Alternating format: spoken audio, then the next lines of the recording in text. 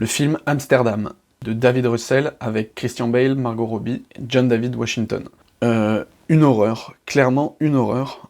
Le film dure 2h14, ressenti 4h. Pour tout dire, je pourrais même pas expliquer l'histoire. Là, je vais vous lire un synopsis qui dit « C'est l'histoire de 3 amis proches qui se retrouvent au centre de l'une des intrigues parmi les plus secrètes et choquantes de l'histoire américaine. » Alors en gros, c'est pendant il y a un peu de passage pendant la Première Guerre mondiale, mais globalement, ça se passe entre les deux guerres, où les deux hommes, les deux amis, donc, ont servi à la Première Guerre mondiale, et Margot Robbie, c'est une soignante. Ils font connaissance alors qu'ils sont blessés. Et donc oui, t'as une petite histoire, un trio à la fois amoureux et amical, où ils vont passer un certain temps justement à Amsterdam, tout ça, mais à leur retour aux États-Unis, les deux gars qui repartent aux États-Unis, ils vont être impliqués dans une intrigue qui est apparemment donc une histoire vraie, hein, américaine. Mais alors le problème, c'est qu'en fait le film il est tellement lent, il y a beaucoup de dialogues. Dans des films, j'adore ça quand il y a du dialogue, mais là, dans ce film, c'est emmerdant. Enfin, moi, alors j'avoue que j'étais un peu fatigué, mais en plus, j'étais perdu dans la masse de dialogue et la lenteur du film, que même le complot qu'il y avait derrière ça, dans lequel ils sont impliqués, tout ça, je suis passé complètement à côté, et même pendant le film, je comprenais rien à l'intrigue. Donc oui, il y a des histoires de politique, de magnats de l'industrie et tout ça, qui ont des intérêts, avec notamment les dictateurs et les fascistes, donc à l'époque quand Hitler commence à arriver au pouvoir, et Mussolini, tout ça en Italie. Enfin voilà, c'est des jeux de pouvoir, de qui veut la guerre, qui prépare la guerre, des intérêts qui dépassent le petit public. En soi, l'intrigue peut être intéressante, mais cette chose-là, le fait qu'il ait voulu mettre cette histoire amicale, amoureuse de ces 3 personnages impliqués dans une histoire comme ça, très bien, ça aurait pu être original, mais comme c'est fait, mais vraiment, c'est une horreur, c'est vraiment une horreur. Et même jusqu'à la fin, quand la fin du film commence, c'est long, ça parle et ça parle. C'est dommage, hein, il y avait pas mal de bons acteurs, je crois qu'il a fait un flop aux États-Unis, et alors que pourtant c'est une histoire qui les concerne au niveau de l'intrigue politique. Mais voilà, on se fait juste chier. Et j'avais regardé d'ailleurs les autres films du réalisateur, et ben en voyant sa filmographie, ça m'étonne pas, parce que j'ai eu les mêmes réactions pour tous ces films. En général, c'est des films qui peuvent être pas trop mal, sur le papier, mais niveau rythme, il est dégueulasse. Et du coup là, vraiment je me suis fait chier. Le film X, qui est de Ti West, avec Mia Goth, Jenna Ortega et Martin Anderson. C'est un film qui se passe à la fin des années 70, donc c'est un producteur avec son réalisateur, qui vont louer une petite maison qui appartient à une propriété d'un couple de vieux, pour tourner un film X, donc avec leurs acteurs et actrices. Donc pendant une partie du film, on va voir le début, quand ils arrivent, etc., certaines scènes du film, comment ils font et tout ça, les petites relations entre les personnages, et ça va arriver au carnage en fait. Il va y avoir des morts, du sang, des coups de fusil, des coups de hache, tout ce que vous voulez. Mais c'est raté, c'est complètement raté. La seule chose originale du film, c'est le côté vintage, hein, en gros des années 70, de revoir les habits, les looks, les couleurs et tout, qui vont dire qu'ils changent un peu des films d'horreur qu'on voit, mais sinon le film est naze. Et là aussi, la subtilité, effectivement, c'est jouer sur le côté X du porno, quoi, qui est... alors généralement, dans beaucoup de films d'horreur, on utilise la nudité, tout ça, mais là, c'est carrément le sujet du film. Il y a quelques moments intéressants, il y a une scène qui est pas mal, d'ailleurs, c'est le groupe, quoi, qui débattent et qui discutent du rapport entre sexe et amour. Parce que dans le lot, il y a 2 couples, dont un il y en a une qui est actrice et l'autre qui est producteur, donc voilà, et t'as l'autre femme du couple, de l'autre couple, qui pose la question justement comment vous pouvez arriver à faire ça. Donc là cette scène-là je l'ai bien aimée, pour le côté justement des dialogues et de la discussion et des façons de penser justement par rapport à ça, la différence entre sexe et amour. Mais mis à part ça, le reste est tout à jeter, quoi. Les scènes de meurtre, elles sont pourries. Les tueurs, alors je sais pas si... Non, je vais pas vous spoiler, mais quand on voit les personnes qui tuent, c'est juste... je veux bien croire qu'à un moment donné, c'est un film et tout ça, il faut pas se poser 10 000 questions, mais moi, je suis quand même un peu comme ça, et là, c'est juste beaucoup trop gros. Autant j'accepte que des tueurs dans des slashers du genre Halloween, Les Griffes de la Nuit, Vendredi 13 et compagnie, que ça soit des croque-mitaines un peu surhumains et tout ça, ça faut rentrer là-dedans. Mais là, dans ce cas-là de film-là, tout est censé être 100% normal. Il n'y a pas de choses surnaturelles. Et quand on voit les agresseurs, c'est juste pas du tout plausible, quoi. Donc même ça, je trouvais ça ridicule. Donc le film ne vaut pas du tout le coup, je vous le conseille pas. Le film No Bears, de Jafar Panahi, avec Nasser Hashemi. C'est un film iranien qui raconte 2 histoires d'amour parallèles.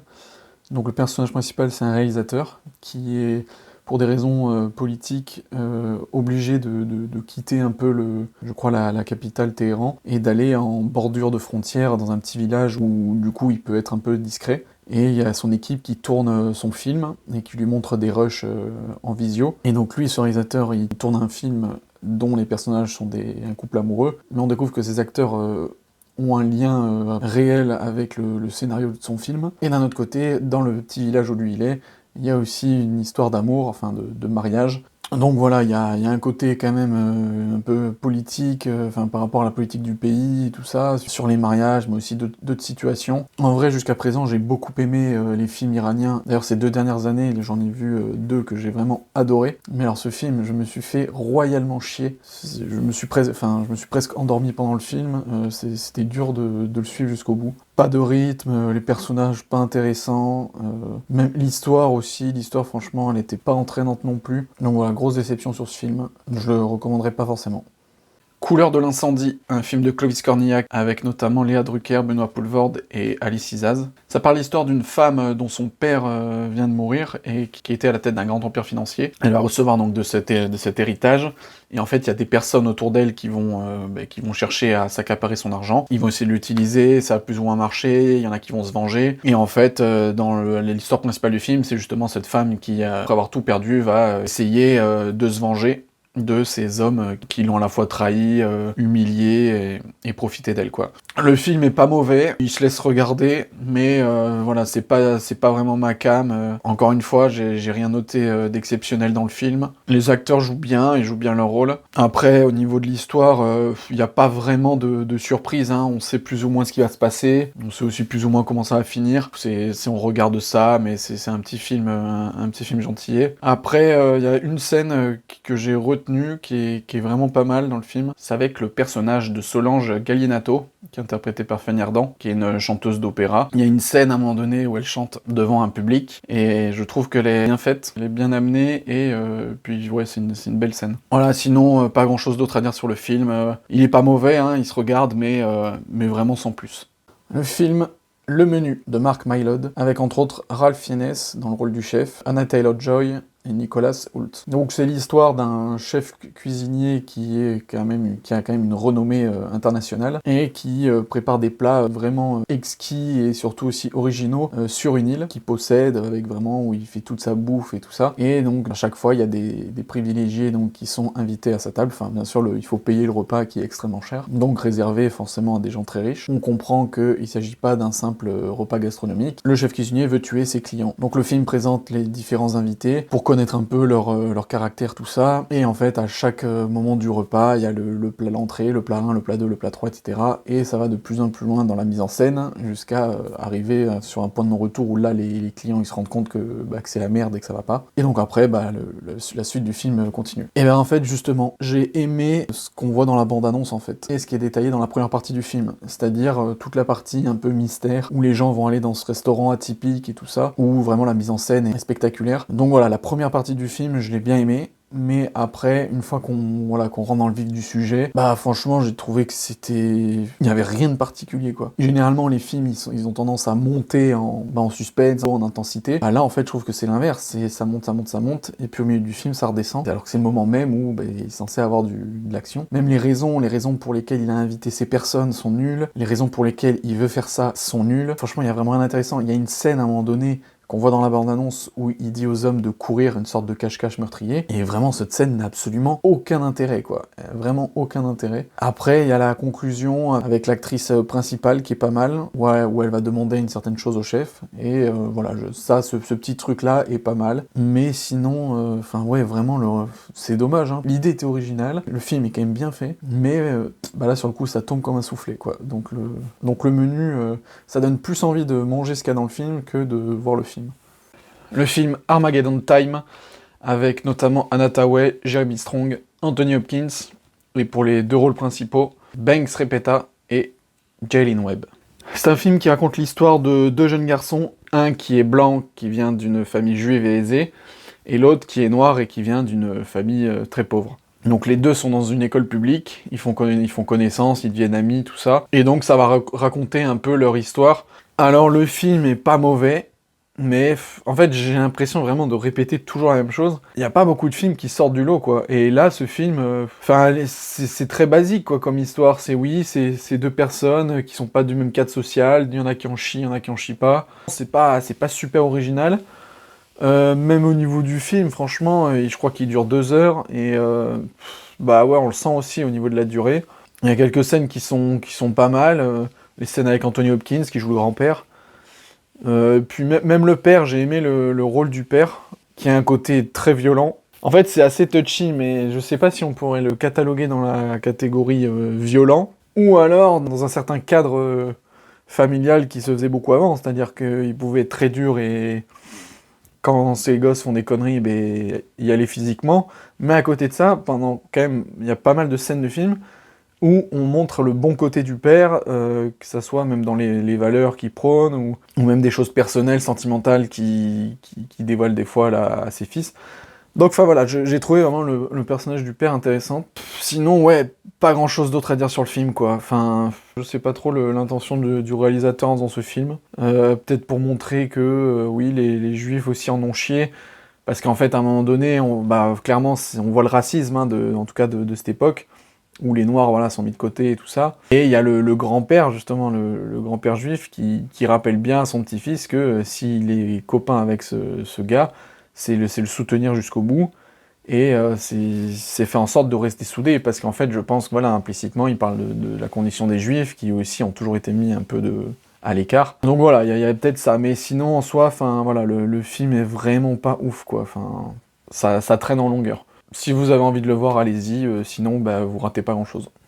Le film She Said de Maria Schrader, avec Carey Mulligan et Zoe Kazan dans les deux rôles principaux. Donc c'est l'histoire de deux journalistes du New York Times qui vont enquêter sur l'affaire Weinstein en interrogeant une multitude de témoins et victimes du producteur. Donc on va suivre ces deux journalistes, enquêter chacune de leur côté et interviewer les personnes concernées en essayant d'obtenir le plus d'aveux possible, d'abord sous couvert d'anonymat, puis au fur et à mesure de l'enquête, il y en a qui vont accepter de se dévoiler en utilisant leur nom, etc. Donc voilà, c'est vraiment l'histoire vraie donc de cette affaire-là, retranscrite sous forme de film. Le film est bien joué par les deux actrices principales. On suit bien l'enquête du début à la fin. Voilà, pas grand-chose à dire de plus, parce que comme c'est un biopic, il n'y a pas non plus énormément de choses à dire sur ce film. Il y a un passage que j'ai bien aimé. En fait, il y a un moment où on entend les écoutes téléphoniques, donc de vraies écoutes téléphoniques d'Harvey Weinstein, qui parle, je sais plus donc à quelle personne, qui a un micro sur elle en fait, qui est écouté. Et donc le plan, dans la scène, on voit des plans de couloirs d'hôtel, avec une musique un peu angoissante, et on entend vraiment, ça filme les couloirs d'hôtel comme ça, et on entend les dialogues entre cette femme et Harvey Weinstein. Et ouais, la scène, elle est vraiment prenante, et ça fait quand même froid dans le dos. Cette scène fait froid dans le dos. Donc ouais, je trouve qu'elle était très bien faite. Après, j'ai remarqué une chose aussi, c'est que forcément, ça montre l'image de l'homme blanc. À un moment donné, même cette phrase est dit, l'homme blanc qui a du pouvoir, qui est pervers sexuel et tout ça. Mais alors, il y a quelques autres rôles masculins dans le film, notamment les chefs de rédaction dans le journal du New York Times. Mais on a aussi les maris et pères de famille des deux journalistes femmes. Et c'est marrant, comme j'ai remarqué que à chaque fois qu'on voit ces rôles masculins, ils sont dans un rôle qui est complètement à l'antithèse de ça, du pervers homme mâle blanc. C'est-à-dire qu'ils sont constamment avec des enfants, donc ils portent les enfants dans les bras, ils s'occupent d'eux. À un moment donné, il y a bébé qui pleure, il propose d'aller se lever pour s'occuper de lui. Donc j'ai remarqué quand même qu'ils sont vraiment mis dans une posture d'homme maternel. Dans un film, rien n'est anodin. Je suis sûr que ça a été fait exprès de montrer, presque comme une image propagandiste, de dire, regardez, voilà, il y a les hommes mauvais qui persécutent, harcèlent et violent les femmes, et les bons hommes, c'est à ce à quoi ils doivent ressembler, à être voilà très maternel et tout ça. Donc voilà, ça c'est un truc que j'ai remarqué, je suis sûr que c'est pas anodin. Sinon voilà, le film, si vous êtes intéressé par l'affaire, vous pouvez aller le voir, mais voilà, en soi, il révèle rien de fou, et il est pas non plus exceptionnel, quoi. Black Panther, Wakanda Forever, avec Laetitia Wright, Angela Bassett et Danai Gurira, je sais pas comment ça se prononce. C'est la suite du premier Black Panther et des événements donc, qui se passent dans le Marvel Cinematic Universe. Là, donc, ça fait juste suite à la mort du personnage et donc du coup de l'acteur qui jouait Black Panther. Donc c'est dans un climat de deuil que le film se passe, où il va y avoir un peu une passation de pouvoir. Donc voilà, il y a des méchants qui vont arriver, donc un nouveau type d'espèce qui était donc inconnu jusque-là, une espèce sous-marine. Alors pour essayer d'être objectif, le film est pas dégueu, surtout en comparaison avec tous les Marvel qu'il y a eu dernièrement. Il est même correct, quoi, parce que vraiment, il y a eu beaucoup de merde. Niveau graphique, visuel, je l'ai trouvé beau. Alors, bien sûr, quand on voit les monstres, enfin les créatures bleues, on peut pas s'empêcher de penser à Avatar 2 qui va sortir dans pas longtemps. Et voilà, je pense qu'au niveau visuel, effets spéciaux, c'est quand même beaucoup moins bien fait que je pense que ce qu'on verra dans Avatar. Mais bon voilà, ça reste quand même assez joli, les mondes subaquatiques et tout ça. Même au niveau des habits, des décors et tout ça, c'est quand même bien fait. Le son, la musique, je l'ai trouvé vraiment top. Forcément des musiques aux sonorités africaines qui étaient déjà dans Black Panther, mais qu'on retrouve ici, et je trouve que c'est encore plus élaboré. J'ai vraiment remarqué les musiques à chaque plan, et il y en avait qui étaient vraiment très belles. Donc ça c'est un plus. Aussi un truc qui est vrai, enfin c'est anecdotique, mais vraiment j'ai trouvé ça top, c'est les grenades que les monstres sous-marins utilisent. Donc bah, au lieu que ce soit des grenades explosives, c'est des grenades aquatiques, donc ça fait exploser de l'eau. Et en soi j'ai trouvé ça vachement original, parce on a jamais vu ça ailleurs. Donc voilà, c'est une espèce de bombe d'eau. Mais sinon passons au dur, c'est-à-dire bah, tout ce qui va pas. Alors forcément, je ne sais même pas si c'est à peine de revenir sur le scénario qui est forcément dégueulasse. Il n'y a pas de scénario intéressant. Là, bien sûr, de A à Z, on sait tout ce qui va se passer. Les méchants sont pas intéressants, les créatures subaquatiques, l'enjeu qui fait qu'il va avoir un affrontement est vraiment nul à chier. Il y a un moment donné, vers la fin, il y a un petit twist où on se dit « Ah tiens, ça c'est original d'avoir mis ça ». Mais en fin de compte, ce petit twist qui est intéressant, bah il s'envole en éclats en une scène. Donc, enfin voilà, au final, ça sert à rien. Là, pareil, le film est très long, sur 2h40. En fait, le film, tout début, bien sûr, bon, il y a la cérémonie, machin, il y a le film qui avance lentement. Mais en fait, la partie qui devient intéressante, c'est à partir de 1h30, je crois, de film. Quand il y a ce moment qui se passe dans le film, ben en fait, on attaque un nouveau chapitre du film, et qui est là, justement, très intéressant, même avec justement, le jeu des musiques et tout ça, du personnage principal, comment il évolue.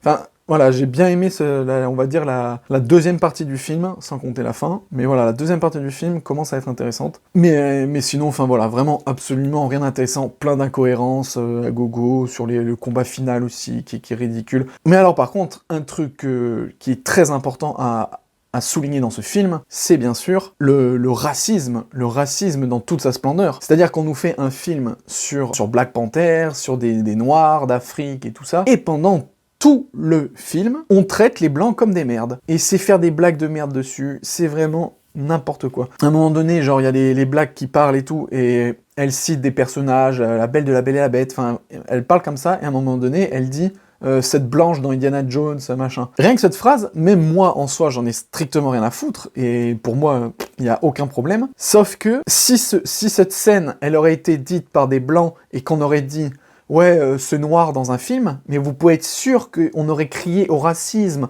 on aurait crié au scandale, rien que sur cette scène. Là, le fait que ce soit des blacks qui disent « ouais, cette blanche », on s'en bat les couilles. C'est pour dire que juste de caractériser une personne juste par sa couleur de peau, si c'est un blanc qui le fait, c'est raciste, mais si c'est des noirs, c'est cool. Après, il y a un autre moment aussi, il y a plein d'allusions avec la colonisation. À chaque fois qu'ils appellent les blancs, une fois sur deux, la phrase c'est « le colonisateur ». C'est vraiment rappeler, attention, les blancs ont colonisé. Pareil, à un moment donné, il y a un blanc voilà, qui est menotté, et t'en as une qui fait une blague sur « ah bah c'est la première fois que je vois un blanc avec des menottes », ou enchaîné. Enfin voilà, c'est que de ça. Et vraiment, c'est incroyable, comme justement, au lieu de se dire « regardez, on s'ouvre, regardez un film comme il y avait avec le premier Black Panther, regardez, on s'ouvre avec un film avec justement des noirs en héros, où il y a beaucoup de noirs ». Mais là, c'est comme si on disait « mais putain, faut bien insister, faut bien se rappeler que les blancs, c'est des putains de colonisateurs, c'est des méchants, et on les renvoie que à leur passé colonisateur ». Enfin, vraiment, c'est incroyable. Surtout qu'en plus, c'est complètement con, parce que là, ils le mettent dans un film où le Wakanda, c'est quand même un peuple d'Afrique qui en a rien eu à foutre de toute l'histoire de l'Afrique, qu'il y ait eu de l'esclavage, qu'il y ait eu de la colonisation, que les territoires ont été morcelés, etc. Toute l'horreur qui s'est passée en Afrique, le Wakanda, ils en avaient rien à foutre, parce qu'eux, ils étaient ultra riches, c'est la plus puissante nation du monde, mais ils ont jamais rien fait. C'est bien facile de dire « ouais, vous êtes les colonisateurs et tout, machin », mais en tout cas, ils ont jamais aidé leurs semblables. Donc, enfin, voilà, sur ça, j'ai trouvé vraiment dégueulasse, quoi. D'insuffler à ce point une haine anti-blanc. Enfin, vraiment, j'ai l'impression que le film a été fait vraiment par des wokistes, quoi. On a donné le scénario des wokistes, on leur dit, voilà, qu'est-ce qu'on peut rajouter au scénario? Et là, ils ont coché toutes les cases. Vraiment, c'était ridicule. Le film, en soi, franchement, pour un Marvel, et pour ce que, de toute façon, je m'attendais, il est pas dégueulasse, hein, il a la moyenne. Mais, enfin, voilà, encore une fois, il y a plein d'idées qui sont jetées à la poubelle, qui auraient pu être mieux, plein de trucs un peu cons. et ce côté wokiste là qui a pourri le film, donc voilà, dommage. Le film Mascarade de Nicolas Bedos, avec entre autres Pierre Ninet, Jérôme Cluzet, Isabelle Adjani et Marine Vacht, ou Vacht, je ne sais pas comment on dit. Le film était pas trop mal. Donc le film raconte une histoire d'amour entre deux jeunes gens qui pratiquent une sorte de prostitution de luxe. C'est-à-dire que le gars, donc joué par Pierre Ninet, il est avec des femmes très riches pour être, en gros, des escort girls et escort boys. Sauf que pour la femme, en fait, elle passe plus des moments, des soirées, des journées avec des hommes riches. Alors que pour le gars, il a décidé carrément de vivre avec... donc là, c'est Isabelle Adjani, c'est une star de cinéma, donc qui est bien sûr sur la pente descendante, qui commence à être vieille. Et lui, voilà, il lui sert d'amant, où il vit un peu en alternance chez elle. Et bien sûr, les deux jeunes vont se rencontrer, ils vont commencer à tomber amoureux, et ils vont essayer de trouver des stratagèmes pour récolter de l'argent des deux personnes avec qui ils sont, ou en tout cas qui voient, ils vont essayer de monter un coup. Donc le film est pas mal fait. Pierre Ninet, j'aime beaucoup l'acteur, et il y a des bonnes scènes avec lui, je trouve, qui sont bien marrantes. Et voilà, on passe un bon moment à regarder le film. Bon, j'ai pas été transcendé non plus. Après, j'ai quand même bien aimé la fin. En général, les films de Nicolas Bedos sont pas mal parce que bon, même si de toute façon tous les films suivent plus ou moins les mêmes schémas, là lui au moins il ajoute quand même des choses nouvelles aux fins de ses films qui changent de la plupart des films. Donc voilà, c'est peut-être pas le meilleur film du mois, enfin là on en est qu'au début donc on verra par la suite, mais je vous recommande quand même d'aller le voir.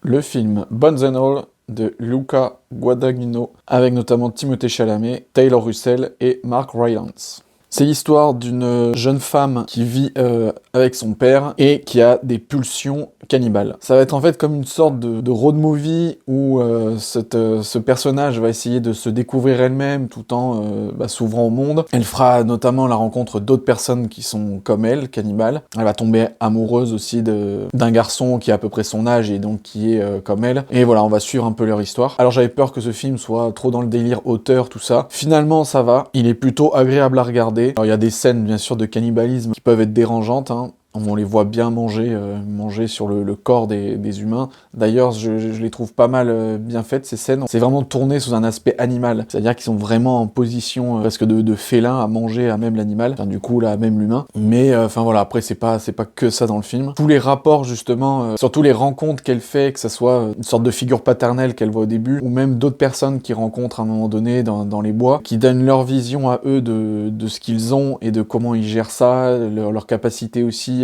par exemple à sentir les gens ou les autres comme eux et tout ça. Je trouvais ça intéressant, tout ce côté-là. Il y a une scène qui m'a bien marqué dans le film, c'est justement quand elle et son copain sont autour d'un feu et qu'ils discutent avec deux personnes qui sont a priori comme eux, où l'un de ces mecs raconte qu'il y a en fait plusieurs stades à leur état, et d'où le titre Bones and All, mais ça je vous laisserai voir le film pour en savoir plus. Donc ouais, il vaut quand même le coup, ça change franchement de voir des films comme ça, je trouve que c'est bien, c'est original. Alors moi ça m'a fait penser au film Grave, qui parle aussi de ça, de cannibalisme, dans un point de vue qui était complètement original. Donc là, ça fait un peu penser à ça, mais c'est encore fait autrement. Donc voilà, je recommande ce film, il vaut le coup d'aller le voir.